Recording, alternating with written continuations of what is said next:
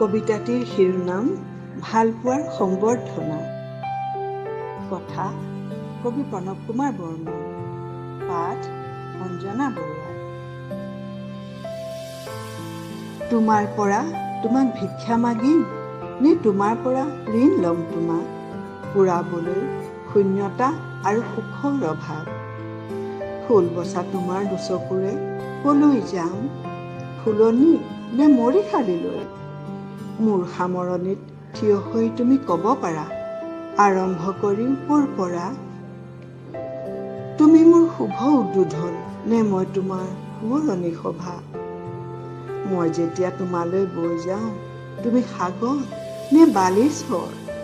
তুমি যেতিয়া মোলৈ বৈ আহা মই সেউজ বৰ্ধক পৃথিৱীৰ শ্ৰেষ্ঠ শোভা।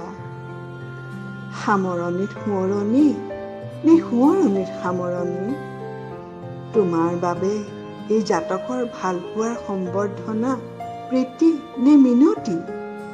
সন্মোহিত সপোন কালত দুয়োৰে কাষত ঋণগ্ৰস্ত নে ভিক্ষাৰী।